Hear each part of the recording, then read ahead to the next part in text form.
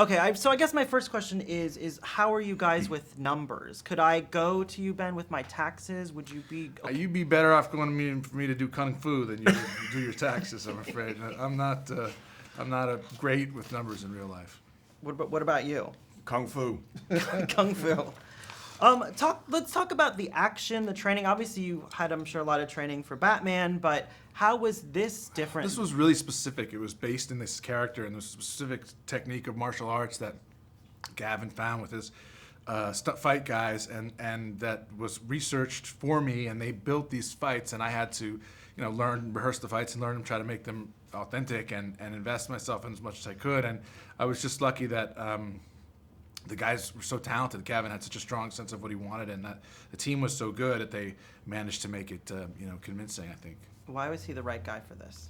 Well, I'm a big fan of Ben as an actor and as a director, and I just think he's really talented. So he was the first guy I went to and sent him the script, and I was really fortunate that he responded to it. So once he and I had a conversation about, got aligned on what the movie was about, we decided to, do this together. And I know I know not only his talent as an actor, but there's a work ethic that I think he and I have this similar kind of approach to. And because we both realize you can't just show up and play somebody that's on the spectrum. It's going to require a lot of research and a lot of work. And then the other thing, which I'm really proud of, what Ben did was I think there's a tendency sometimes you're playing someone with genius, you can kind of want to show off a little bit as an actor if you're really good. And I thought Ben was really disciplined in the restraint of honoring who the character that was created that he was depicting. Who's smarter, Will Hunting or Christian Wolf? I think, Christian Wolf's a lot older than Will Hunting, so he has to say he's older and wiser for sure. Who would win in a debate between those two? Will Hunting was much more verbal than Christian Wolf. Christian Wolf's of the non-verbal variety of character. Matt, had long monologues in that movie. I don't know how he memorized. I don't know how actors memorize those long. Do you ever write them on like cue cards? Like, is it somewhere far away? Sometimes people need cue cards. Sometimes people who have trouble memorizing. Sometimes people have you'll use an earwig and someone will be talking into their ear and saying their lines. But most actors just memorize their lines. It's just a question of doing the work to the repetition and going over it. And usually if it's good writing, it's actually not that hard to memorize because it makes sense. One thing is connected to the other, so you're not necessarily memorizing it all as a block. You're just memorizing what comes next. Since you have all these fighting skills, could you protect me, Ben? Like if I was, because you're much bigger than I am. Could you? I would protect you if I thought you. I don't know that I'd be any good at it, but I'd try. I'd throw myself in front of a bus for you. Just for me? Just for you, yeah. Ben Affleck dead, Andrew Freund still alive because of you. I would try, yeah. I appreciate that, Ben. The other thing I was thinking about is you have this charity that you announced you're doing with Matt and Tom Brady. Now, which person actually does Tom like you or Matt better? I think he likes me better. Why? I think it's self-evident. What surprised you about the business within the last 20 years since Good Will Hunting? What has kind of shocked you the most about what's changed? I don't know. I'm surprised by very little these days. But the business has changed a lot. There's a lot of things that have changed. Fewer dramas get made theatrically. The television and the networks like Netflix and Amazon have become so good at making dramas that they've started to encroach in that theatrical space of dramas. So you now have, great, amazing stuff on television, and it's harder to get adults to come out and see a movie on the first weekend. So that's one shift I think is too bad. I think this movie's, fortunately, has the kind of special ingredients that it needs to get people to show up. At least I hope it does, because I'm really proud of it. Well, it's funny asking you this, but do you think the comic book temples are taking over? Is there too much of that these days? I think there doesn't have to be there can be that and other things as well. I mean, one of the things that I like about every time a comic movie comes out and does, Suicide Squad's a huge hit, it's bringing people into the movie theaters. It's reminding people that this is a place to go, because people are increasingly watching media in all different ways. And there's a generation that doesn't naturally assume that to see a movie you have to go to a movie theater. They see watching it on their phone or watching it, in their computer or wherever, their house or set-top device in their house. And And I think it's good to maintain that tradition of like, hey, it's Friday night, let's go to the movies. That's something fun to do.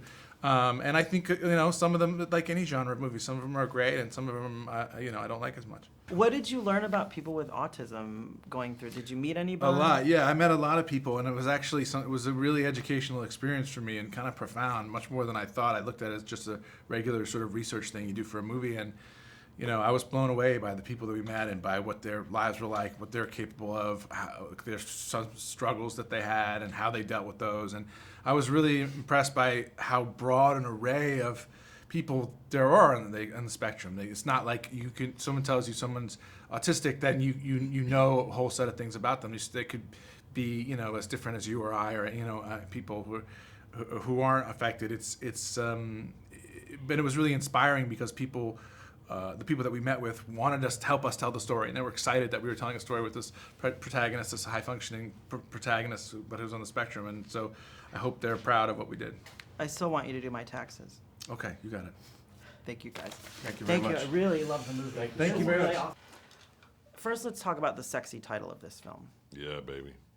How is this title going to get people in those butts in those movie seats? I don't think it is. I think it's going to have to be Ben Affleck, Anna Kendrick, Gavin O'Connor, the esteemed J.K. Simmons. You know what's going to get butts in the seats of this movie? This is one of the rare movies, and perhaps it's because Gavin O'Connor is himself follically challenged, where we get to see more than one bald journeyman character actor of a certain age.